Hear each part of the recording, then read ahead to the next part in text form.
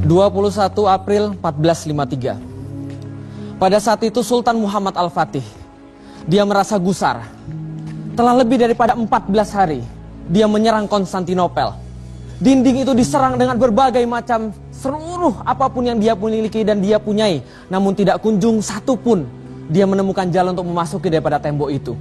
Dia berjalan ke sana kemari dan dia tidak bisa menemukan. Apalagi harus dia lakukan untuk kemudian menembus tembok itu. Tembok legendaris yang ribuan tahun tidak pernah untuk tercerahkan, tidak pernah untuk ditembus oleh siapapun. Sultan Muhammad Al-Fatih dalam malam itu dia selalu bertanya-tanya, apalagi cara yang belum dia buat untuk kemudian menaklukkan Konstantinopel.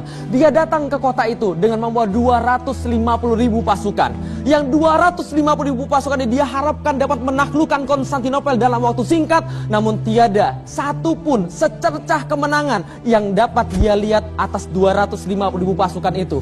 Tembok itu dengan angkuhnya berdiri di atas kaum muslimin dan dia sama sekali tidak bisa berbuat apapun. Maka dia katakan pada seluruh prajuritnya, adakah di antara kalian satu pun prajurit yang cukup becus untuk menembus tembok ini?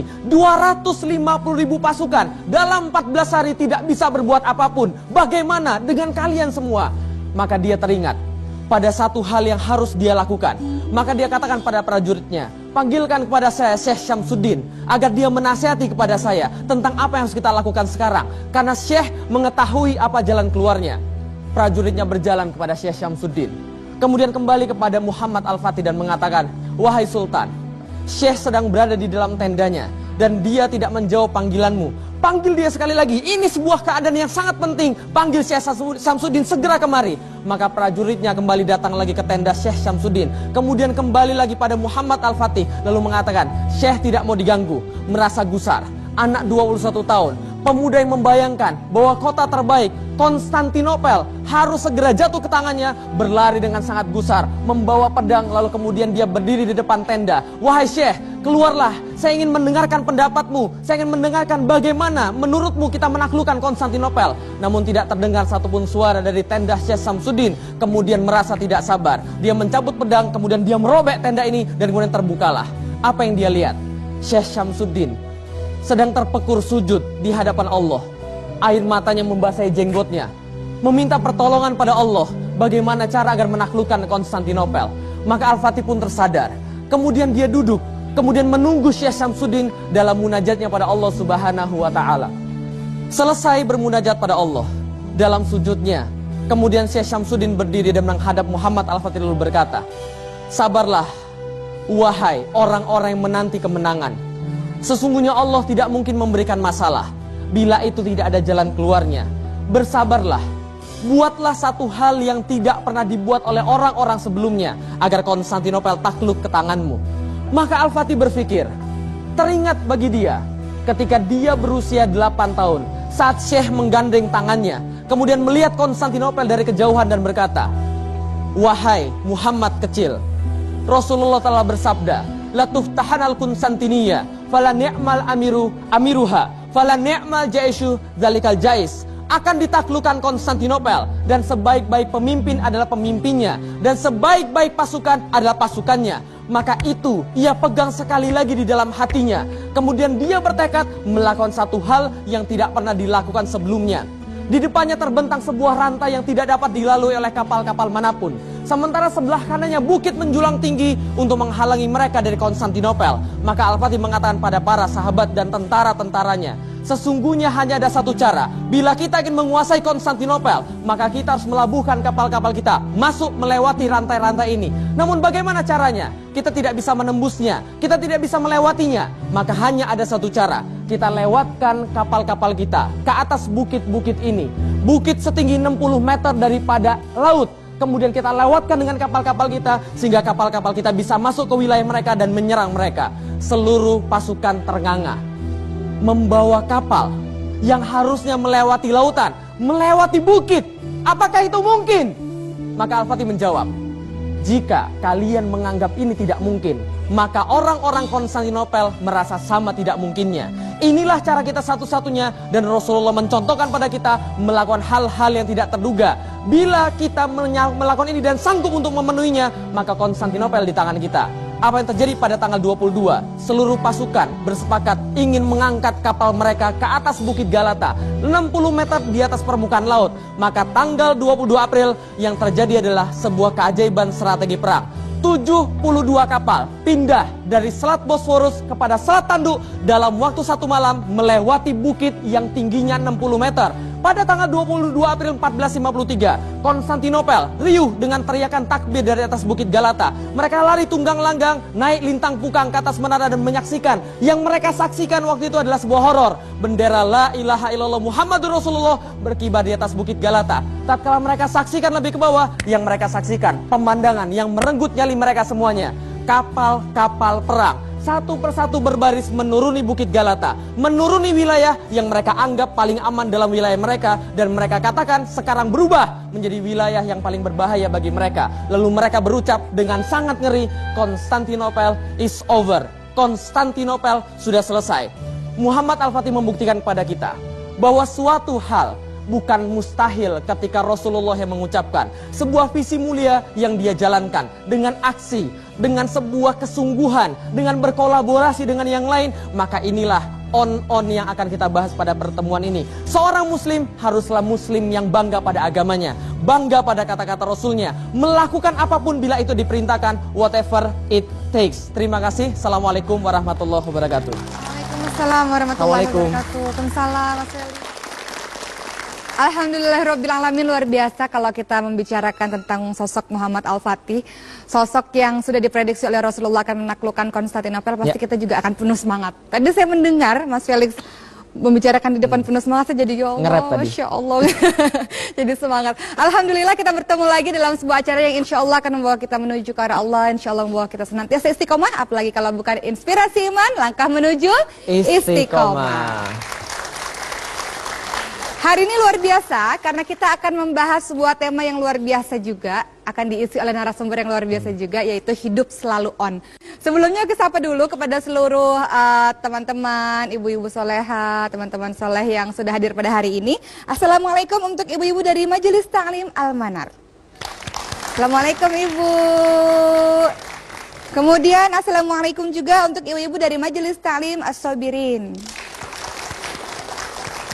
Dan dari teman-teman muda-mudi yang sangat bersemangat untuk menuntut ilmu, teman-teman dari Sekolah Tinggi Ekonomi Islam atau SEBI. Assalamualaikum. Waalaikumsalam. Membicarakan tentang hidup selalu on, ada beberapa kiat sebenarnya yang akan nanti dibahas oleh para narasumber kita. Nah, Uncle Jack, nanti kita bakal menghadirkan satu narasumber yang luar biasa yang akan membuat hidup Uncle Jack lebih on lagi. Oke? Jadi kemana-mana ya? Oke. Untuk seluruh pemirsa, kita akan kembali lagi setelah ini. Kita akan membahas sesuatu yang lebih seru lagi untuk membuat hidup kita lebih bersemangat lagi. Jangan kemana-mana. Hidup itu harus bertumbuh, tidak boleh berhenti. Karena ciri dari kehidupan itu adalah bertumbuh. Mungkin sebagian Anda ada yang mengatakan, ngapain saya harus bertumbuh? Hidup saya sudah enjoy, hidup saya sudah sukses, hidup saya sudah asik. Saya ingin mengajukan sebuah cerita. Dulu di kampung saya ada 7 konglomerat. Salah satunya ketika saya mau berangkat kuliah ke IPB, saya datang bersama orang tua saya, datang ke rumah orang kaya itu, mengajukan pinjaman. Karena waktu itu saya diterima di IPB harus membawa uang 150.000. Dan kemudian bapak saya mengatakan, Pak, alhamdulillah Jamil diterima di IPB, ini surat undangannya. Dalam surat undangan ini Jamil harus membawa uang 150.000. Tolong pinjami kami uang 300.000. Tanpa saya duga orang yang kaya di kampung saya itu berdiri sambil menghina bapak saya. Kalau sudah tahu miskin gak usah belagu, miskin aja belagu. Belum mulai kuliah aja udah pinjem, gimana enggak kuliah? Kuliah itu lama. Dan kata-kata kotor keluar dari mulut orang itu. Dan akhirnya tanpa saya sengaja, tanpa saya duga, bapak saya kemudian berdiri sambil mukul meja. Bapak nggak usah sombong, jangan mentang-mentang kaya. Memang saya miskin, tapi saya punya harga diri. Dan perlu bapak ketahui, tanah saya masih luas. Permisi. Saya dibonceng pulang sepeda sama bapak saya. Dan kemudian di tengah jalan sambil ngenjot sepeda, bapak saya tanya dari belakang, Pak, tadi bapak bilang tanah kita masih luas, tanah yang mana? Dengan tetap mengenjot sepeda, bapak saya jawab, itu Pulau Jawa. Mendengar jawaban itu dari belakang, bapak saya pukul. Pak, kenapa bapak bohong? Saya nggak suka bapak bohong, saya nggak suka bapak bohong. Selama ini saya nggak boleh bohong sama bapak. Dan saya pernah ditempeleng sama bapak karena bohong. Tapi kenapa hari ini bapak bohong? Saya nggak suka, saya nggak suka, saya nggak suka. Dan begitu saya pukul berulang-ulang, bapak saya menghentikan genjotan sepedanya. Dan kemudian dia turun dari sepeda dan memeluk saya. Jamil, baru kali ini bapak dihina di depan anak bapak, Mil. Sakit, Mel, sakit, Mel, sakit, Mel. Kamu harus menjadi insinyur pertanian. Itu cerita itu adalah tahun 87. Dan kurang lebih 6 tahun yang lalu, saya pulang ke Lampung. Dan bapak saya bilang, Mil, ikut bapak. Kemana pak? Ke ladang. Maka saya kemudian dibonceng sama bapak saya menggunakan motor sampai ladang. Dan begitu sampai ladang, bapak saya berkata, Mil, ingat orang itu? Iya pak. Dia yang menghina saya waktu saya mau berangkat ke Bogor. Temui dia, cium tangannya. Gak mau pak. Sakit pak. Masih kerasa sampai sekarang pak. Mel, temui dia, cium tangannya. Gak mau pak, sakit masih kerasa sampai sekarang pak. Dan bapak saya bilang, Jamil, gara-gara orang itu kamu jadi insinyur pertanian. Cium dia. Dan akhirnya saya mendekati orang itu. Dan begitu saya sudah dekat dengan orang itu, ternyata orang itu lari kemudian memeluk saya. Dan kemudian mengatakan, Jamil, maafkan saya, Mil. Dulu pernah menghina kamu, Mil. Maafkan saya, Mil. Maafkan saya, Mil. Dan Anda tahu, di saat tua orang itu menjadi apa? Di saat tua, orang yang tadinya konglomerat, salah satu orang kaya di kampung saya, begitu di masa tua, dia menjadi buruh dari perkebunan bapak saya. Hidup itu harus bertumbuh, hidup itu harus berputar. Kalau Anda nggak bertumbuh, boleh jadi Anda akan menuju ke puncak. Bukan menuju ke puncak, justru menuju ke tempat yang tidak Anda inginkan. Semoga bermanfaat. Assalamualaikum Mas. Masya Allah. Episode yang saya tunggu-tunggu, Mas Jamil. Aduh, saya nangis lagi nih, Masya Allah. Mas Jamil, cium tangan saya. Ya Allah, apa kabar Mas Jamil? Alhamdulillah. Itu nyata tuh cerita itu tuh, ya Ceritanya Allah. sangat luar biasa. Makanya tadi kan dengarkan, hidup nggak boleh mengalir. Nggak boleh mengalir. Harus dirancang. Tumbuh bertumbuh. Iya, kalau mengalir nanti Terdiam. bisa jadi buruh nanti tuanya. Saya nggak mau jadi buruh. Buruh perkebunan mau. Saya pemilik kebun itu saya mau. Wah. Tapi itu luar biasa ya, cerita yang Masya Allah yang membuat kita pada akhirnya untung digituin. Kalau nggak digituin mungkin kita nggak pernah akan menjadi orang yang sangat hebat. Semakin ditekan semakin menjadi pertuing, langsung naik ke atas menjadi orang yang sangat hebat seperti sekarang Mas Jamil Az-Zaini. Siapa yang tidak kenal dengan beliau, luar biasa. Boleh tepuk tangan Bu untuk beliau. Masya Allah. Mas Jamil, hari ini tema kita adalah hidup selalu on. Iya. Ada beberapa hal yang harus kita lakukan pastinya untuk bisa membuat hidup kita senantiasa on itu. Tadi merubah bertumbuh tadi Mas. Bergerak bukan On mengalir itu kan seperti bisa air. move on. Iya betul. Ya, kalau makanya saya buat buku judulnya On. Supaya kita move on, kita harus punya 4 on. On yang pertama kita harus punya vision. Vision. Ya, jadi punya visi pandangan ke depan. Visi on. Visi Visi on. yang seperti apa? Kalau saya memberikan contoh di sini, visi itu kalau kita sebagai seorang muslim bukan tentang materi. Jadi bukan tentang Anda ingin punya mobil mewah, Anda ingin punya Miliar. rumah mewah, bukan ya. Tapi sesuatu yang itu adalah bisa kita jadikan bekal ke akhirat. Maka kalau saya tulis ini, kita harus punya 2 visi. Visi akhirat dan visi dunia. Ya. Dan saya sudah memberikan contoh. Saya, visi akhirat saya adalah saya nanti begitu meninggal di surga kelak, saya ingin memeluk Nabi Muhammad. Setiap pagi sebelum bangun subuh, selalu saya kemudian merenung, kapan saya bisa memeluk Nabi Muhammad. Saya kangen. Saya kangen. Ya. Karena saya iri sama Ukasah. Ukasah itu orang yang ketika Rasulullah mau meninggal, dia sempat memeluk Nabi Muhammad. Jadi waktu itu Rasulullah ketika sudah menjelang wafatnya itu, dia ceramah di masjid, dan kemudian Rasulullah mengatakan, wahai kaum muslimin, siapa yang pernah aku sakiti, berdirilah, balas aku sekarang. Aku tidak mau menerima balasan itu di akhirat. Sampai mengucapkan 3 kali, baru kemudian Ukasah berdiri. Ya Rasulullah, demi Allah, demi Rasulullah, demi ayah dan ibuku, andaikan kau tidak berucap 3 kali, aku tidak berdiri. Karena kau berucap 3 kali, berarti masalah ini penting bagimu. Dulu ketika perang Badar aku berdiri di dekatmu. Dan entah sengaja entah tidak tongkatmu itu mengenai tubuhku. Sakit ya Rasulullah, sakit. Hari ini aku ingin memukulmu dengan tongkat itu ya Rasulullah. Maka Rasulullah menjawab, wahai Ukasah, jauh nian dari sengaja ingin memukulmu. Tapi kalau engkau ingin membalasku, baiklah. Bilal ambil tongkat yang digunakan di perang Badar di rumah Fatimah. Bilal ke rumah Fatimah dan kemudian tanya, buat apa ngambil tongkat, kata Fatimah. Rasulullah hari ini ingin memukul, ingin dipukul dengan tongkat itu. Maka kemudian Fatimah nangis, apa? Bukankah Rasulullah sedang sakit? Siapa yang tega-teganya mau memukul Rasulullah? Saya hanya diperintahkan untuk mengambil tongkat itu. Dan tongkat itu dibawa kemudian diberikan kepada Rasulullah di masjid. Begitu sampai masjid, diserahkan. Dan kemudian Rasulullah mengatakan, wahai Ukasah, inilah tongkat yang aku gunakan di perang Badar. Ambillah dan pukullah aku dengan tongkat. Sebelum diambil, Abu Bakar berdiri. Wahai Ukasah, apakah engkau tidak melihat bahwa Rasulullah sedang sakit? Tega-teganya kamu memukul Rasulullah. Dan Rasulullah menjawab, wahai Abu Bakar, Allah sudah tahu kedudukanmu. Duduklah. Berdiri Umar. Wahai Ukasah, Rasulullah sedang sakit. Tega-teganya kamu memukul Rasulullah. Wahai Umar, Allah sudah tahu kedudukanmu. Duduklah. Dan itu sampai kemudian Hasan dan Husain. Begitu kemudian sudah selesai, Ukasah mendekati Rasulullah. Dan kemudian tongkat itu diserahkan kepada Ukasah. Dan Ukasah mengatakan, ya Rasulullah, ketika tongkat ini dulu mengenai tubuhku, aku tidak memakai baju ya Rasulullah. Sekarang kau memakai baju ya Rasulullah. Tidak adil ya Rasulullah. Maka sebagian orang di ruangan itu berteriak, ya Ukasah. Sebagian lagi berteriak, ya Rasulullah.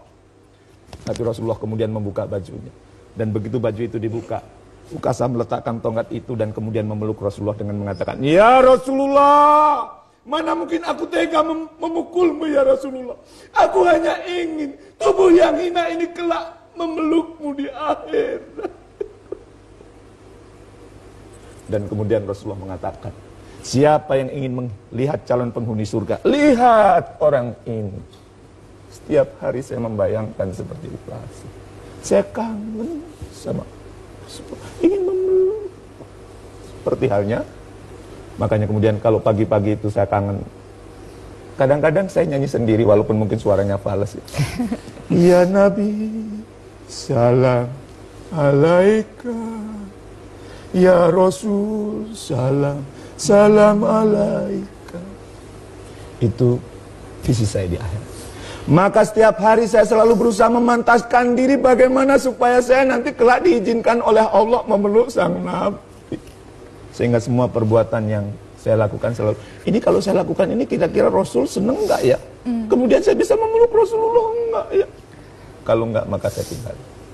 Maka supaya visi akhirat itu tercapai, saya juga menetapkan visi dunia. Ya, jadi jalan. Jadi jalan supaya saya punya alasan nanti bisa memeluk Rasulullah. Apa visi hidup saya? Saya ingin menginspirasi 25 juta orang lebih dan 10.000 diantaranya menjadi kader-kader trainer berkarakter. Setiap hari saya melakukan itu terus. Kenapa? Walaupun amal soleh sebenarnya bukan jaminan masuk surga ya. Betul. Kalau Allah tidak ridho. Tapi kalau suatu saat saya nanti ditanya, saya sering memberikan contoh. Ditanya, Jamil, apa yang kamu lakukan di muka bumi sehingga ada alasan bagiku memasukkanmu ke dalam surga, mengizinkan kamu memeluk kekasihku Muhammad. Maka kemudian saya akan menjawab, ya Rasulullah, ya Allah, bukankah aku sudah menginspirasi 25 juta orang lebih dan 10.000 diantaranya menjadi kader-kader trainer hebat berkarakter. Pantas dong aku memeluk nabiku, pantas dong aku memeluk Muhammad sallallahu alaihi wasallam. Aku kangen ya Allah, aku kangen.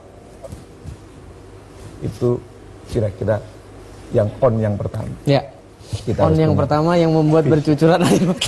Ya dari tadi bercucur. Tapi apakah mungkin nanti Mas Jamil bisa memeluk Rasulullah? Amin, sementara dia nggak kena tongkatnya Rasulullah. Nanti insya Allah, aduh kan saya sedih lagi. Nanti insya Allah kita semua Berbagai cara bisa memeluk Rasulullah. Amin. Baik. Ya, kita akan bahas lagi. Aduh, jangan sedih-sedih terus dong. Kita akan bahas lagi tentang on yang lain. Bagaimana cara kita agar bisa hidup selalu on. Tadi pertama adalah vision, tapi setelah itu kita akan bahas lagi ada on yang lain. Jangan kemana-mana. Tadi kita telah membahas ada beberapa cara yang harus kita lakukan untuk hidup senantiasa on, hidup senantiasa bersemangat. Ada Salah 4 on. satunya tadi adalah visi Vision. vision. Visinya di on. Ada visi dunia, ada visi akhirat. Kalau Mas Jamil visinya adalah Rasulullah. Rasulullah. Kemudian insya Allah. Kalau Kemudian Uncle Jack apa Uncle Jack? visi akhirat surga. apa? Ingin masuk surga. Amin ya Allah. Amin. Kalau itu Amin. termasuk visi on bukan itu Mas Jamil? Kalau visi itu supaya kemudian punya kekuatan, kira-kira yang bisa dibayangkan. Jadi kalau saya ingin memeluk Rasulullah kan bisa membayangkan. Tapi kalau susah dibayangkan nanti dorongannya jadi kurang. Misalnya kalau visi dunia ingin menjadi manusia yang berguna bagi nusa, bangsa dan agama, Seperti itu orang apa? bingung. Iya betul. Orang harus bingung. Spesifik. Iya. Ini orang bingung juga nih. Secara tidak Karena langsung. nggak spesifik kan. Betul. Jadi kalau saya spesifik menantang seperti memeluk Rasulullah kan bisa dibayangin. Iya. Meluk. Kadang-kadang meluk. Ya. Ya pokoknya bayangin ingin meluk Membayangkan. Rasulullah. Ya. Oke, Boleh yang nyontek pertama nggak tadi kalau visi? agar hidup selalu on, pertama Vision. adalah vision ya. Iya. Kemudian selanjutnya Yang kedua itu nggak cukup hanya vision, harus action. Nah, action ini ada aturannya, nggak asal action. Ya, kalau dalam bahasa saya, biasakan menggunakan skala prioritas. Gimana sih? Sebagai seorang Muslim, biasakan sibukkan dengan yang wajib dan sunnah. Ya. Sekali-kali yang mubah. Sekali-kali yang mubah itu misalnya, ya nonton MU lawan Persib misalnya. Ya. Itu pernah terjadi MU lawan Persib. Mudah-mudahan. Kan boleh-boleh nonton TV Iya. sekali-kali ya, atau Liga Italia di TVRI ya. Main game. Sekali-kali boleh. Ya. Yang makruh tinggalkan. Yang haram campakkan. Jadi kalau bisa setiap hari itu kita melakukan sesuatu yang wajib, sunnah, wajib, sunnah, wajib, sunnah, wajib, sunnah. Ya. Supaya untuk mendukung ke visi tadi. Mas. Supaya visinya tercapai. Action kita jadi terarah. Ya kalau enggak ini kan bingung. Betul. Nah sekarang ini banyak yang kebalik-balik ya. Misalnya mohon maaf ya. Merokok itu kan ada ya hukumnya kalau enggak makruh sampai haram lah ya. Ya. Katakan ambil yang makruh. Ya. Beli rokok ikhlas ratusan ribu, tapi mau sedekah Mikir. gambar golok. Ada yang ketawa-ketawa di samping. Gambar golok itu pati murah mbak golok berarti Rp1.000. Ya. Kadang orang mau berangkat ke masjid, ini yang sini 100.000, yang ini 10.000. Yang 10.000 nanti buat sedekah di masjid, yang 100.000 buat makan sama beli rokok. Begitu dia sampai masjid, kan khotibnya nggak menarik, akhirnya dia ngantuk. Begitu ngantuk, Salah ngasih. kotak amal lewat, dia salah ngalis, masukin 100.000. Begitu masuk, astagfirullahaladzim. Ini loh, sedekah banyak kok istighfar. Salah dia. Salah dia, sedekah itu kan hukumnya sunnah ya. Kalau beli rokok misalnya tadi makruh, harus dia diprioritaskan sedekahnya lebih banyak. Ya, yang makruh-makruh kalau mau, kan makruh juga tidak berdosa ya. Tapi kalau ditinggalkan kan Berpahala. berpahala. Saya juga pernah tuh sholat Jumat gitu ya, pakai celana jeans kan sempit tuh. Di sini ada ngumpul, ada 10.000-an, ada 50.000, ada 20.000. Saya niat pengen itu 2.000. yang 10.000 kan. Susah, yang mana nih yang 10.000? Pas keluar 50.000. Enggak. Saya tarik 10.000, 50.000-nya nongol. Gak enak lagi mau dimasukin. Ah, ngomongnya 50.000 masukin. Terus istighfar. Astagfirullahaladzim. Astagfirullahaladzim, 50.000 nyemplung. Iya. Jadi kembali ke situ, biasakan yang wajib sunnah, berbagi ilmu wajib harusnya jadi prioritas. Ya. Kalau pakai kerangka itu jadi mudah. Misalnya, ini Anda undangan pernikahan, di rumah ada pertandingan tinju nih di TV, ya kan? Ngundang menghadiri pernikahan akad nikah itu hukumnya tentu tidak mubah, dianjurkan ya. Ya. Nonton TV itu mubah, nonton tinju. Padahal kita sehat-sehat, seharusnya kita datangi teman kita yang sedang melakukan nikah, memenuhi ya, undangan. memenuhi undangan, kan gitu. Kalau pakai kerangka ini jadi mudah, ya. Nah itu skala prioritas. Tapi kemudian juga ada yang kita harus melakukan langkah strategis. Apa itu kalau istilah saya? Kita harus melakukan 3 kerja as, kerja keras, kerja cerdas, kerja ikhlas. Kalau kerja keras itu melatih otot, melatih kalau bahasa ilmiahnya itu myelin. Di tubuh kita ini ada myelin yang harus dilatih. Yang kalau nggak dilatih, ya nggak akan terbentuk. Jadi kalau kita myelin itu kalau kita ke warteg, saya dulu sering makan di warteg ya. Di bawah itu kalau kita minum teh, di bawahnya itu Dedek. dedek yang sudah kental itu yang dicuci susah itu. Ya. Myelin itu seperti itu. Kalau sudah terbentuk susah dihilangkan. Makanya kalau kita lihat pemain sepak bola Barcelona misalnya, ngoper temannya itu nggak melihat ada temannya. Kita main bola di depannya ada bola ditendang nggak kena. Maka seharusnya seorang muslim itu harus terbiasa kerja keras. Jangan mudah tertipu. Investasi di sini, bagi Dalam hasil waktu 10%, dalam sebulan. sebulan 10%, 8%, 10%, nggak usah keluar keringet, bohong.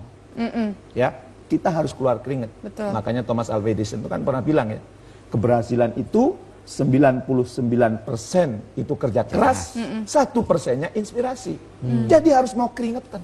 No pain, no gain. Ya, tapi nggak boleh kita cuman ototnya yang kuat. Kalau ototnya kuat, nanti jarwo kuat. Uncle cek. Tidak hanya kerja keras, tapi juga Harus kerja Cerdas. cerdas. Maka kemudian yang kedua harus kerja cerdas. Otaknya ini harus dilatih. Cari cara baru, cara strategi baru. Ya, kita sering mendengar kalau di dalam pengembangan diri ya. Nggak mungkin kita memperoleh hasil yang berbeda kalau menggunakan cara yang sama. Ya. Caranya harus berbeda. Itu kan perlu kreativitas. Otaknya dilatih, kemudian cara-cara baru kemudian digunakan. Nah, itu kemudian itu namanya kerja cerdas. Dan kalau kerja cerdas itu ada ininya, ada keuntungannya. Apa ini ceritanya. Ada orang ngelamar kerja. Begitu ngelamar kerja, Pak, saya mau ngelamar bagian keuangan. Ah, maaf, bagian keuangan sudah penuh. Kalau gitu saya ngelamar bagian umum. Bagian umum juga sudah penuh. Ah, saya pernah jadi sekretaris, Pak. Kalau gitu saya jadi sekretaris. Waduh, sekretaris juga ada. Kesel nih bagian SDM-nya. Di sini sudah penuh, nggak terima lowongan. Akhirnya dia ngeluarkan sesuatu, Pak. Kalau di sini nggak terima lowongan, tolong ini Pak ditulis di depannya tidak menerima lowongan. Ini Pak saya jual 250.000 Pak. Itu kerja cerdas. Tetap aja dia dapat duit ya. Tetap dapat duit, laku. Mau beli berapa Pak? 10 atau 5 kan gitu. Menggunakan akalnya, menggunakan nalarnya. Tapi nggak cukup kerja keras, nggak cukup kerja cerdas, harus kerja ikhlas. kerja ikhlas. Ikhlas itu melibatkan Allah. Allah. Mungkin nanti kita bahas. Nah, akan ada banyak tahapan-tahapan yang harus dilakukan agar hidup kita selalu on, hidup kita selalu bersemangat menjalani hari demi hari. Kita akan bahas lagi. Kita lanjutkan tentang membuat Masih hidup ada lebih on yang lain lagi Mas. Iya. Tadi kerja ikhlas. Ya, tadi kan ada vision, ada Ada action. action. Iya, action. Action itu biasakan menggunakan skala prioritas. Sibukkan yang wajib dan yang sunnah. Kemudian sekali-kali boleh yang mubah, tinggalkan yang makruh, Campakkan yang haram. Terus ada Kerja keras, cerdas, dan ikhlas. Ya. Sekarang kerja ikhlas itu apa? Melibatkan Allah. Melibatkan Allah itu kalau dalam bahasa di keluarga saya itu segala sesuatu yang mau dilakukan dimulai dari Allah dulu, Allah lagi, Allah terus. Sekarang beda Mas. Apa itu? Foto dulu, foto lagi, foto terus. Taruh di Twitter. Update status. Ya, melibatkan Allah. Artinya sebenarnya intinya kita harus kemudian kalau mau kerja ikhlas itu bertakwa, membawa Allah dalam semua aktivitas yang kita lakukan. Dan Allah kan sudah berjanji ya, nanti Ustadz Felix bisa jelasin. Kalau siapa yang bertakwa ada 2 janjinya. Dikasih kemudahan, kemudian dapat rezeki dari arah yang tidak diduga-duga. Betul. Makanya waktu saya dulu haji sama Ustadz Didin, Ustadz Didin Nafiduddin itu guru saya di Bogor. Dia bilang, Jamil boleh tanya, ya, penghasilan kamu bulan ini berapa? Dalam hati saya mikir, ini orang nanya nggak sopan amat nanya penghasilannya. Sekian, sekitar Ustadz. Bulan depan sekitar sekian. Itu perkiraannya akurat nggak? Akurat Ustadz. Kalau perkiraan akurat berarti kamu masih kurang takwa. Kenapa? Karena orang bertakwa akan mendapat rezeki dari arah yang tidak diduga-duga. Harusnya tidak boleh akurat. Iya, harusnya nggak akurat. Dapat tambahan ini, tambahan ini, tambahan ini. Jadi ini para pemirsa nih, ya. Kalau kemudian, oh bulan ini sahabat ini perkiraannya akurat, nih berarti itu belum bertakwa. Takwanya perlu ditingkatkan. Orang yang bertakwa itu dapat rezeki dari arah yang tidak diduga-duga. Wa mayattaqillah yaj'alhu makhrajan. Ya. Akan diberikan jalan keluar. Wa yarzuqhu min haitsu la yahtasib, dan akan diberikan rezeki dari jalan yang tidak diduga-duga. Tiba-tiba anaknya dapat beasiswa. Ya. Saya kebetulan saya membina usaha kecil ya. Ada 138 usaha kecil yang saya bina. Oh, Masya Allah. Dulu modalnya 1 juta, 2 juta, 3 juta. Akhir Oktober 2012 kita konsolidasi di Jakarta, total asetnya sudah 6,4 triliun. Alhamdulillah. Ya. Gede, banyak ya. Salah satunya begini, Mas, ya, aku perlu modal nih. Berapa? Sekitar 26 juta. Kamu sudah berusaha? Saya sudah berusaha. Enggak, maksud saya dengan cara yang ikhlas ini, melibatkan Allah, bertakwa. Terus gimana? Sudah sholat duha belum kamu? Sudah. Berapa rakaat? Duha. Iya, pengusaha sholat duha 2 rakaat. Pengusaha itu sholat duha minimal 6 rakaat. Kalau duha itu pengganti sedekah. 2 rakaat. 2 rakaat itu. Tubuh kita ini ada 360 sendi. Masing-masing sendi harus disedekahi. Dan itu cukup diganti dengan sholat duha. 6 rakaat kan. Terus kamu ya harus sedekah juga. Hanya dilakukan itu. Dilakukan itu, duha dia rajin, sedekah dilakukan. 3 hari kemudian anaknya masuk rumah sakit. Dia telepon saya, Mas Jamil bohong. Kenapa? Saya sudah melakukan saran Mas Jamil, anak saya masuk rumah sakit. Ya saya bilang, sabar kamu. Matematika Allah beda dengan matematika manusia. Itu yang janji Allah. Sabar kamu. Hanya ya sakit tetap dirawat kurang lebih 11 hari. Begitu 11 hari. Kalau di Jawa itu kan kalau ada orang sakit, nengok ngasih amplop, nengok ngasih amplop. Begitu dia mau melakukan pembayaran, lacinya dibuka. Loh, amplopnya banyak amat ini. Akhirnya dia gunakan untuk melunasi. Loh, kok masih ada sisa ini? Sisanya 26 juta. Dan sisanya berapa? 26.400.000. Masya Allah. Dia telepon saya, Mas Jamil, baru kali ini anak saya sakit, saya untung. Kok untung gimana? Saya perlu modalnya 26 juta, sekarang dapat 26.400.000. Jadi bilang, ya sudah yang 400 transfer ke saya. Ya kan bantu-bantu ya. Ini bahaya, ini jadi modus ini nanti anaknya sakit ini untuk cari uang untuk bikin usaha ini. Jadi sebenarnya kalau kemudian kita mau mudah dalam hidup kita, selain tadi kerja keras, ya saya sangat menyarankan jangan terbiasa percaya dengan yang instan-instan. Betul. Kalau ada orang datang kepada Anda, Bu, Pak, ini bisnis gak ada risikonya, pasti kemungkinan besar dia pembohong. Ya. Harus ada kerasnya dulu Harus ya. ada kerasnya dulu. Ya. Harus kemudian kerja cerdas. Kerja ikhlas. Dan kerja ikhlas ini agak susah kalau kemudian kita nggak terbiasa kerja keras, nggak terbiasa kerja cerdas. Ya, maka kemudian libatkan Allah dalam semua aktivitas. Ya. Kalau ketika dulu saya pernah punya bisnis tahun 2001, 11 perusahaan bangkrut 12. Kenapa bangkrut 12? Karena ada teman saya yang tugasnya nyuplai ke saya, dia tidak nyuplai ke tempat lain. Jadi saya bangkrut, dia ikut bangkrut. Ya, kemudian kenapa ini kok bangkrut begini? Ya, semua cara sudah dipakai. Jangan-jangan ada yang salah. Nah, baru kemudian saya ingat cerita Bapak saya, Mil, kalau suatu saat kamu menghadapi masalah, ingat bahwa Allah, dan ingat cerita Bapak ini. Dia ceritanya, ada seorang raja punya 3 penasehat. Kata rajanya, tolong ambilkan buah di taman, dikasih karung. Yang penasehat pertama, raja ini kurang kerjaan, saya ini penasehat, kok disuruh ngambil buah? Akhirnya dia ngambil buah yang jatuh, ngambil buah yang busuk, minta. Penasehat yang kedua, raja nggak punya waktu memeriksa isi karung. Dia ambil ranting, masukin, daun masukin. Pokoknya kelihatan penuh. Sementara penasehat yang ketiga, ini adalah titah raja, saya harus memberikan yang terbaik. Dia panjat, ambil yang baik. Dia panjat, ambil yang baik. Dia panjat, ambilkan yang baik. Begitu sore hari, Tuan Raja, titah paduka sudah kami lakukan. Apa yang seharusnya kami lakukan? Akhirnya rajanya bilang, buka karungnya, makan isinya. Artinya, siapa yang pertama rugi? Iya, dia harus makan Ranting. Yang pertama makan daging mentah, buah busuk. Yang kedua makan ranting. Yang ketiga, yang enak apa? Memberi yang terbaik, dapat yang terbaik. Begitu juga kalau kamu mau dapat yang terbaik dari Allah, kamu harus terbiasa memberi yang terbaik sama Allah. Allah itu suka kalau pagi-pagi kita menyapa, ya Allah, belum subuh ini ya Allah, aku kangen ingin memeluk Nabi ya Allah, ampuni dosaku ya Allah. Maka bangunlah, beri yang terbaik. Kalau nyumbang, ngasih yang terbaik juga. Jangan nyumbang baju layak pakai. Kita sudah nggak mau pakai, disumbangin. Ya, kan memberikan yang terbaik tadi. Jangan nyumbang 50.000 nyesel sampai sekarang. Nah, masih keinget-inget lah sampai diceritain. Hebat banget tuh 50.000 nyemplung di situ. Sampai dia memberikan apa yang dia cintai. Iya, memberi yang terbaik, memberi yang dicintai. Itu artinya melibatkan Allah, terbiasa kerja ikhlas. Yang ketiga apa? Hidup selalu on. Yang ketiga apa? Masih ada yang ketiga itu passion. Jangan cuman action. Hidup kita ini cuman sebentar, di depan kita ini banyak kebaikan, banyak hal-hal positif yang bisa kita lakukan. Kalau kita cuman action, bisa kemudian sia-sia. Maka biasakan actionnya sesuai dengan passion. Ya. Bahasa Indonesianya, Mas? Passion itu sesuatu yang kita cintai, yang kita enjoy di situ. Yang kita ringan melakukannya. Yang kita ringan melakukannya, pokok seneng banget. Ya, saya misalnya suruh ngisi training, enjoy banget. Dari pagi sampai malam suruh ngisi training, saya kuat. Bahkan tahun lalu saya setiap bulan rata-rata ngisi training 34 sesi. Waduh. 1 bulan. Ya. Tapi sekarang saya minta paling banyak 20 sesi karena saya mau banyak belajar, saya mau lakukan aktivitas yang lain itu ya. Tapi enjoy banget.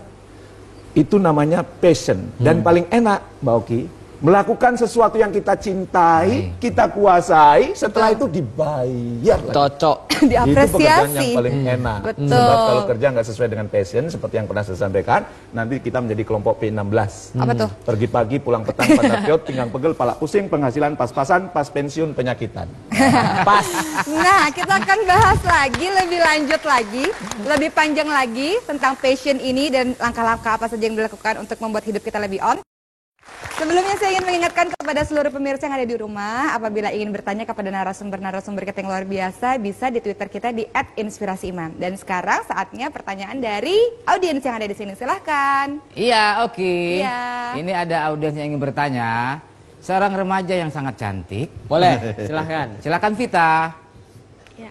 Bismillahirrahmanirrahim. Assalamualaikum warahmatullahi wabarakatuh. Waalaikumsalam warahmatullahi wabarakatuh. Nama saya Puspita Rianti. Ya. Saya dari Sekolah Tinggi Ekonomi Islam SEBI. Di sini yang mau saya tanyakan adalah kenapa sih hidup itu harus berkolaborasi gitu, harus bekerja sama. Contohnya aja kayak bisnis. Padahal kalau kita lakuin sendiri, Kan untungnya lebih bahkan banyak. kita bisa dapat untung yang lebih banyak. ya, sebenarnya. Ini pengusaha benar nih. Iya. Dan Iya. lebih bebas juga kan, nggak perlu ada keterkaitan sama Mikirin orang gitu. lain, Iya. makan hati. Iya. Terima kasih. Ya, Iya, baik, sama-sama. Sama Vita. Kemudian Selanjutnya. Lukman yang cantik juga silakan. Wah, ini hati-hati nih pulang, hati-hati Mas kalau pulang nanti ya. Ya, baik. Silakan. Assalamualaikum warahmatullahi wabarakatuh. Waalaikumsalam warahmatullahi. Saya Lukman Hakim dari STI SEBI akan bertanya sebelumnya, tapi saya ucapkan terima kasih atas materi yang luar biasa ya. Ya. Pertanyaan saya seperti ini. Jadi kita kan sebagai jiwa muda ini, Ya. ketika melihat sebuah kesempatan pasti kita ingin mengambilnya gitu. Jadi segala yang ada gitu depan kita ambil gitu. Nah, saya ingin bertanya bagaimana gitu kita melihat passion di dalam diri kita, kesenangan yang sebetulnya itu adalah menjadi sebuah kesenangan yang tadi Pilih telah yang dijelaskan. mana gitu ya? Iya. Oke. Melihat passion dalam diri kita itu. Terima kasih. Memilih Makasih. passion. Iya Mas, silakan Mas. Yang pertama dan yang kedua Mas. Yang pertanyaan pertama itu Tentang sekaligus Membahas. jawab, kan ada 4 on. Ya.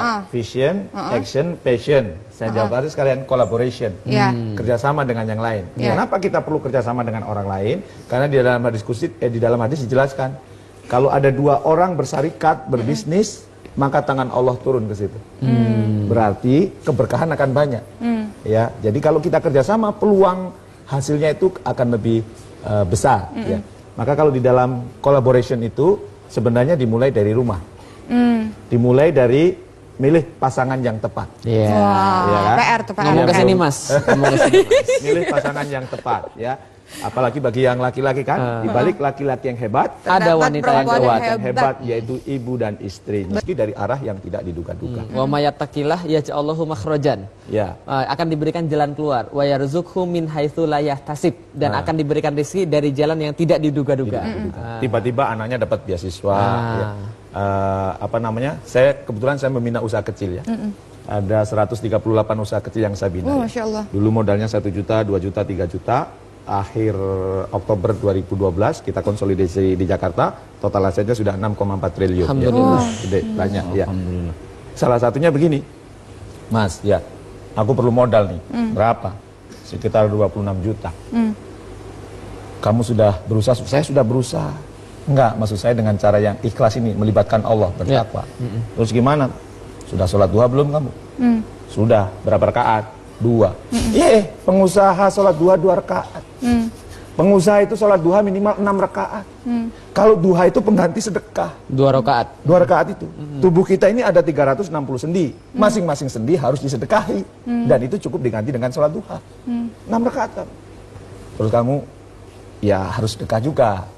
Hanya dilakukan itu. Dilakukan itu, duha dia rajin, sedekah dilakukan. 3 hari kemudian anaknya masuk rumah sakit. Dia telepon saya, Mas Jamil bohong. Kenapa? Saya sudah melakukan saran Mas Jamil, anak saya masuk rumah sakit. Ya, saya bilang, sabar kamu. Matematika Allah beda dengan matematika manusia. Itu yang janji Allah. Sabar kamu. Hanya, ya sakit tetap dirawat kurang lebih 11 hari. Ya. Begitu 11 hari, kalau di Jawa itu kan kalau ada orang sakit, nengok ngasih amplop, Betul. nengok ngasih amplop. Begitu dia mau melakukan pembayaran, lacinya dibuka. Loh, amplopnya banyak amat ini. Akhirnya dia gunakan untuk melunasi. Loh, kok masih ada sisa ini? Sisanya 26 juta. Dan sisanya berapa? 26.400.000. Masya Allah. Dia telepon saya, Mas Jamil, baru kali ini anak saya sakit, saya untung. Kok untung gimana? Saya perlu modalnya 26 juta, sekarang dapat 26.400.000. Jadi bilang, ya sudah, yang 400 transfer ke saya. Ya kan bantu-bantu ya. Ini bahaya, ini jadi modus ini nanti anaknya sakit ini untuk cari uang untuk bikin usaha ini. Jadi sebenarnya kalau kemudian kita mau mudah dalam hidup kita, selain tadi kerja keras, ya saya sangat menyarankan jangan terbiasa percaya dengan yang instan-instan. Betul. Kalau ada orang datang kepada Anda, Bu, Pak, ini bisnis gak ada risikonya, pasti kemungkinan besar dia pembohong. Ya. Harus ada kerasnya dulu Harus ya. ada kerasnya dulu. Ya. Harus kemudian kerja cerdas. Kerja ikhlas. Dan kerja ikhlas ini agak susah kalau kemudian kita nggak terbiasa kerja keras, nggak terbiasa kerja cerdas. Ya, maka kemudian libatkan Allah dalam semua aktivitas. Ya. Kalau ketika dulu saya pernah punya bisnis tahun 2001, 11 perusahaan bangkrut 12. Kenapa bangkrut 12? Karena ada teman saya yang tugasnya nyuplai ke saya, dia tidak nyuplai ke tempat lain. Jadi saya bangkrut, dia ikut bangkrut. Ya, kemudian kenapa ini kok bangkrut begini? Ya, semua cara sudah dipakai. Jangan-jangan ada yang salah. Nah, baru kemudian saya ingat cerita Bapak saya, Mil, kalau suatu saat kamu menghadapi masalah, ingat bahwa Allah, dan ingat cerita Bapak ini. Dia ceritanya, ada seorang raja punya 3 penasehat. Kata rajanya, tolong ambilkan buah di taman, dikasih karung. Yang penasehat pertama, raja ini kurang kerjaan, saya ini penasehat, kok disuruh ngambil buah? Akhirnya dia ngambil buah yang jatuh, ngambil buah yang busuk, mentah. Penasehat yang kedua, raja nggak punya waktu memeriksa isi karung. Dia ambil ranting, masukin, daun masukin. Pokoknya kelihatan penuh. Sementara penasehat yang ketiga, ini adalah titah raja, saya harus memberikan yang terbaik. Dia panjat, ambil yang baik. Dia panjat, ambil yang baik. Dia panjat, ambilkan yang baik. Begitu sore hari, Tuan Raja, titah paduka sudah kami lakukan. Apa yang seharusnya kami lakukan? Akhirnya rajanya bilang, buka karungnya, makan isinya. Artinya, siapa yang pertama rugi? Iya, dia harus makan Ranting. Yang pertama makan daging mentah, buah busuk. Yang kedua makan ranting. Yang ketiga, yang enak apa? Memberi yang terbaik, dapat yang terbaik. Begitu juga kalau kamu mau dapat yang terbaik dari Allah, kamu harus terbiasa memberi yang terbaik sama Allah. Allah itu suka kalau pagi-pagi kita menyapa, ya Allah, belum subuh ini ya Allah, aku kangen ingin memeluk Nabi ya Allah, ampuni dosaku ya Allah. Maka bangunlah, beri yang terbaik. Kalau nyumbang, ngasih yang terbaik juga. Jangan nyumbang baju layak pakai.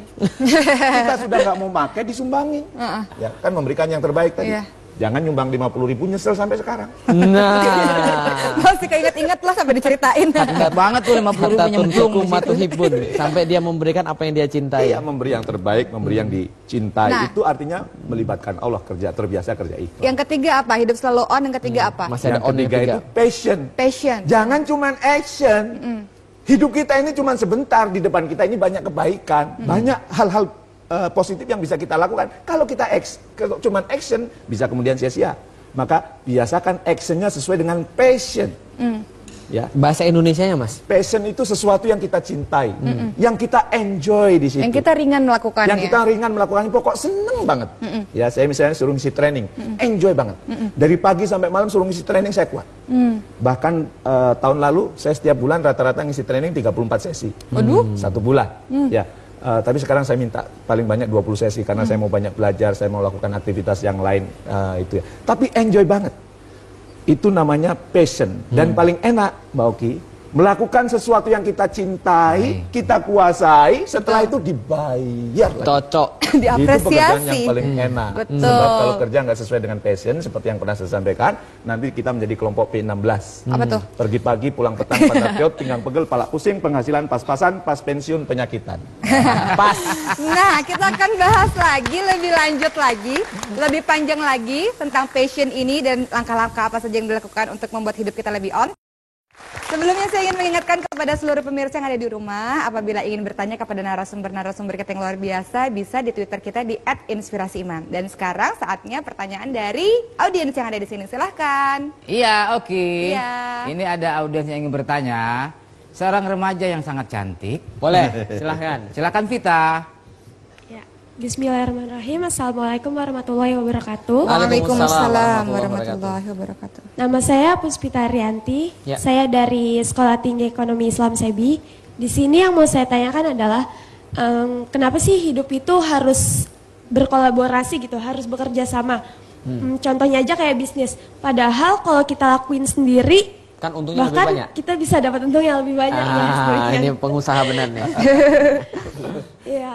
Dan Iya. lebih bebas juga kan, nggak perlu ada keterkaitan sama Mikirin orang lain, Iya. makan hati. Iya. Terima kasih. Ya, Iya, baik. sama-sama. Sama Vita. Kemudian Selanjutnya. Lukman yang cantik juga silakan. Wah, ini hati-hati nih pulang, hati-hati Mas kalau pulang nanti ya. Ya, baik. Silakan. Assalamualaikum warahmatullahi wabarakatuh. Waalaikumsalam warahmatullahi. Saya Lukman Hakim dari STI SEBI akan bertanya sebelumnya, tapi saya ucapkan terima kasih atas materi yang luar biasa ya. Ya. Pertanyaan saya seperti ini.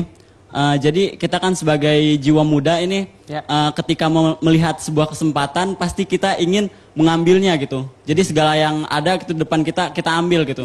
Nah, saya ingin bertanya bagaimana gitu kita melihat passion di dalam diri kita, kesenangan yang sebetulnya itu adalah menjadi sebuah kesenangan yang tadi Pilih telah yang dijelaskan. mana gitu ya? Iya. Oke. Melihat passion dalam diri kita itu. Terima kasih. Memilih Terima passion. kasih. Iya Mas, silakan Mas. Yang pertama dan yang kedua Mas. Yang pertanyaan pertama itu Tentang sekaligus Membahas. bahwa, kan ada 4 on. Ya.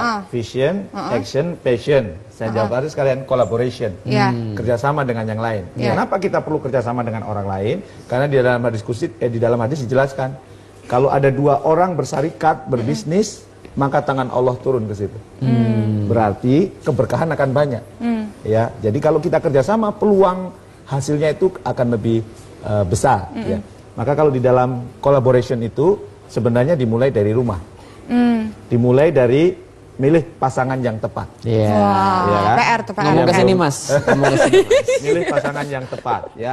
Apalagi bagi yang laki-laki kan, di balik laki-laki yang hebat, Ada Terdapat wanita yang perempuan kuat. yang yang hebat yaitu ibu dan istrinya. Betul. Di balik sekali. laki-laki yang hebat ada wanita yang kecewa. Di balik laki-laki yang hebat ada beberapa wanita yang menyesal telah menolak cinta Menolak saya. cinta. Gile. Paling kenceng ketawanya.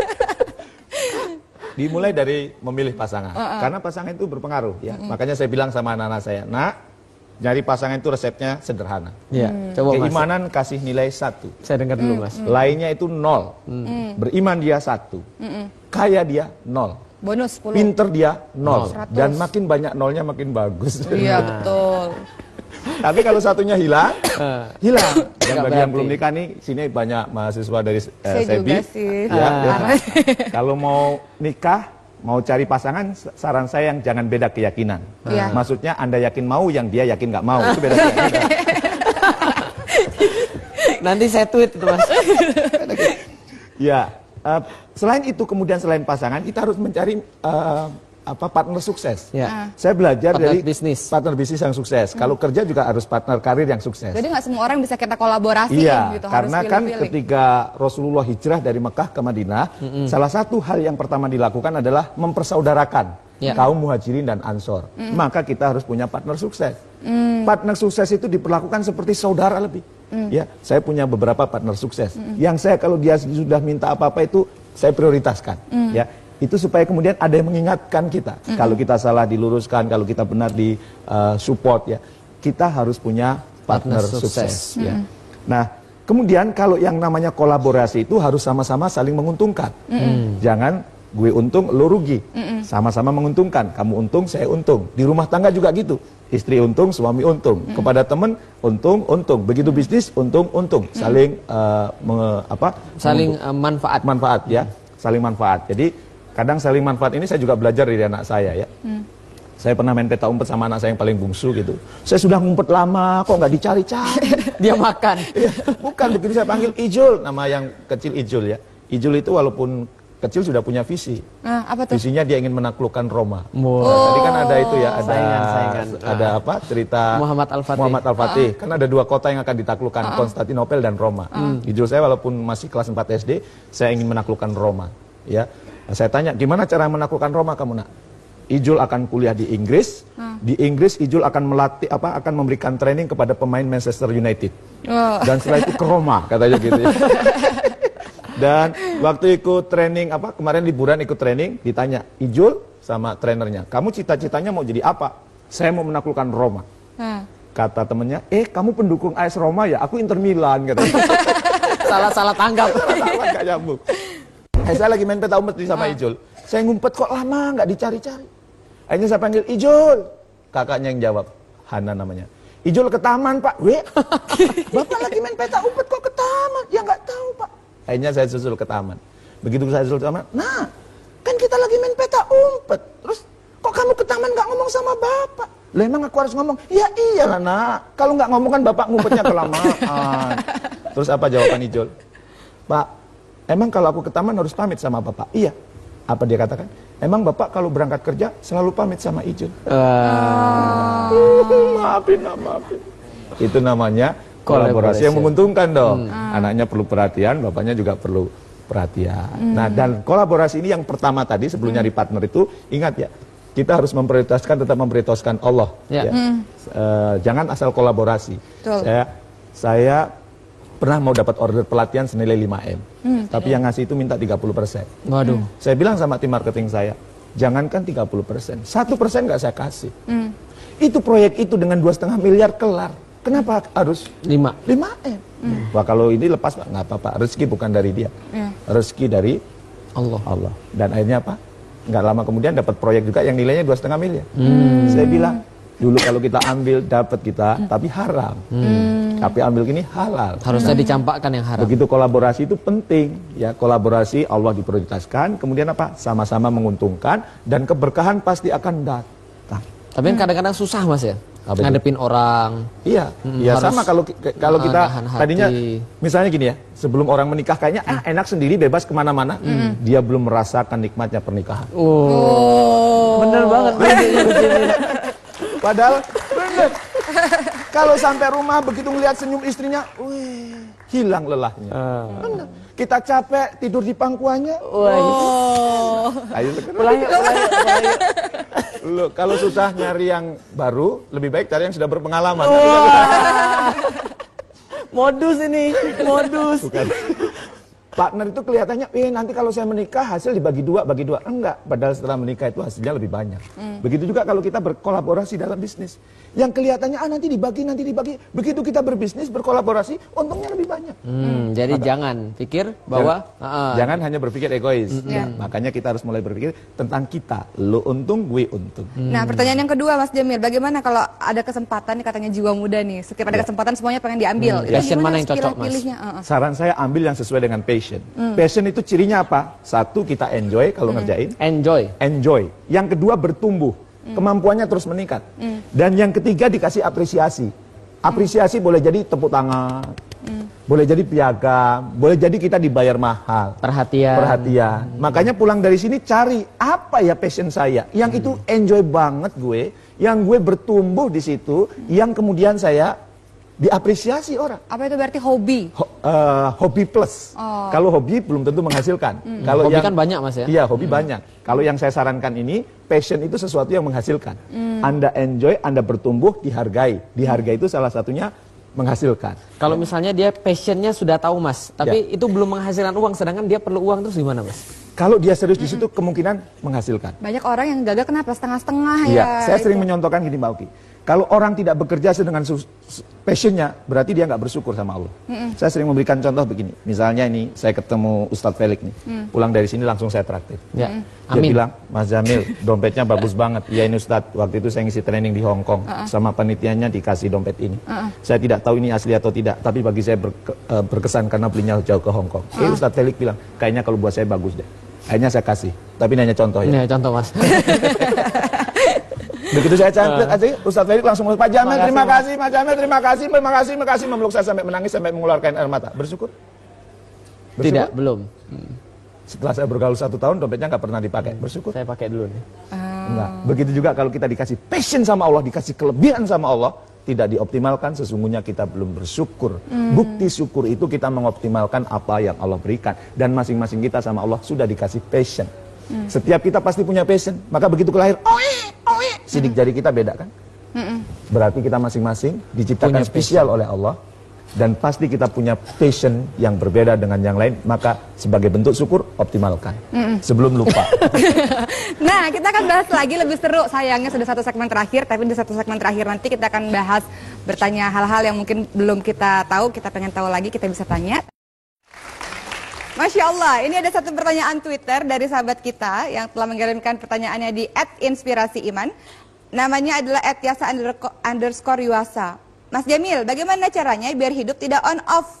Mau stabil on terus tapi susah banget. Nah, Iya. gimana tuh Mas Jamil? Ya supaya nggak on off, ya ikuti yang 4 on tadi. Harus punya vision, harus action.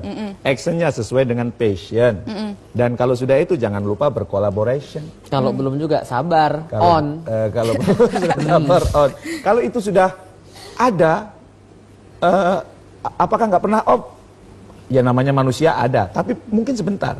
Kan ada yang pernah nanya, Mas Jamil pernah nggak hidup nggak semangat? Ya pernah juga. Saya manusia biasa, ya kan? Saya bukan superhero. Nah, gimana tuh Mas? Ya, Saya juga pernah tuh seperti ya itu. kadang-kadang kayaknya. kan kemudian merenung sebentar, kemudian tadi nanya, kalau saya kemudian males kayak gini, pantas nggak memeluk Nabi ya? Nggak karena pantas. balik ke Yo visi. semangat lagi.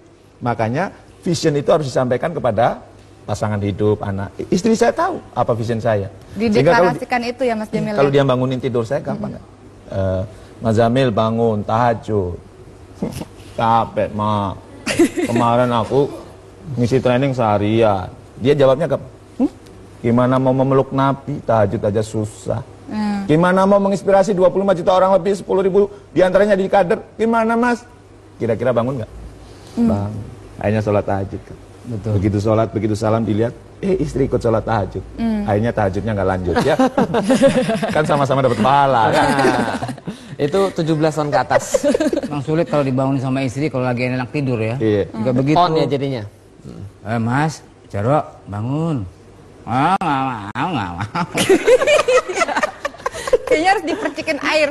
Lah, bangun, Ayo, bangun. deh. Emang sunahnya gitu. Iya, kan? benar, Kalau betul. dibangunin susah, dipercikin Air, air. Supaya betul. setannya pergi dari mata Kalau nggak itu. disiram. Gak mempan juga saya. Kerucut aja kalau. Mesin air rusak tuh, bangun ayo. Bangun buru-buru. Nah, itu pembicaranya yang lain-lain. Mas Jamil, tapi gimana? Seandainya kita merasa ini udah passion kita, Iya. kita menjalankan hari demi hari, tapi ya itu ada satu masa yang kita, aduh malas nih. Apa itu termasuk kategori jenuh kah? Atau Ya boleh, itu manusiawi. Kalau kemudian tidak bertahan lama, ya makanya harus kemudian segera di-on-kan lagi. Di-on-kan lagi. Kalau saya kembali lagi membaca sini, kan kalau di halaman buku terakhir ini ada kotak yang harus diisi ya. Visionnya apa, ininya apa. Saya baca lagi, biasanya semangat lagi. Kalau enggak punya aktivitas lain. Ya. Betul. Kemudian kadang saya berenang sama anak saya. Kemudian main peta umpet sama anak Pit saya. stop tadi. Ya, pit stop, berhenti sejenak dari rutinitas karena mungkin kita benar-benar jenuh. Kadang nyuapin anak, ayo nak disuapin. Kadang anak saya lari ke sana kemari. Ya, saya masih senang nyuapin anak saya. Dan saya pernah begitu sedang nyuapin ada ahli marketing lewat ke rumah saya. Mas Jamil ini trainer nasional. Kok masih nyuapin anak? Nanti kalau ketahuan kliennya lari, nggak percaya. Jangan sembarangan. Saya bilang, bagi saya lebih baik saya tetap nyuapin anak dan kehilangan klien daripada demi klien saya jauh dengan anak. Sorry, kita beda aliran. Ya. Loh, iya kan? Pergi kau dari sini. Cium tangan saya. Cium tangan saya. Itu kan apa nama? Itu bisa menghilangkan kejenuhan. Kepenatan. Iya, Iya, iya. kepenatan. Saya kadang main tebak-tebakan sama anak saya. Dan tebakannya lucu-lucu. Apa itu misalnya? Misalnya, Pak, kenapa Superman jubahnya warnanya merah? Nggak Pelawak tahu. nih biasanya ahli. apa jawabannya? Jawabannya, karena yang hitam dipakai Batman. Terus kenapa celana dalam Superman warnanya merah? Karena kalau apa ya? Karena supaya sesuai sama belakangnya. Karena supaya matching sama jubahnya. Oh, saya Tahu pikir jawabannya? Tahu dong, kan saya udah ngobrol. lah ini kan ada Superman. Nah, Mas Jamil, aku mau tanya, gimana kalau seandainya ada beberapa orang pasti, karena seringkali orang bertanya, aku merasa aku tidak punya potensi. Apa punya potensi jahat? Potensi Saya punya jahat. passion jadi maling gitu, gimana Mas? Enggak, gini maksudnya. Aku merasa tidak punya potensi sama sekali. Aku merasa hidupku tidak bergairah. Worthless. Kalau Gimana ada tuh? orang ngomong gitu, sebenarnya dia menghina. Menghina Allah yang telah menciptakan. Allah begitu kita lahir, sidik jarinya beda. Masing-masing kita punya DNA yang juga berbeda. Artinya apa? Allah itu menciptakan kita itu spesial. Beda dengan yang lain dan diciptakan hanya satu-satunya di muka bumi. Artinya apa? Kita punya kelebihan. Maka kalau ada orang mengatakan, aku nggak punya apa-apa, aku nggak punya kelebihan apa-apa. Saya sering mengatakan, Anda menghina Allah. Menghina Allah yang telah menciptakan Anda.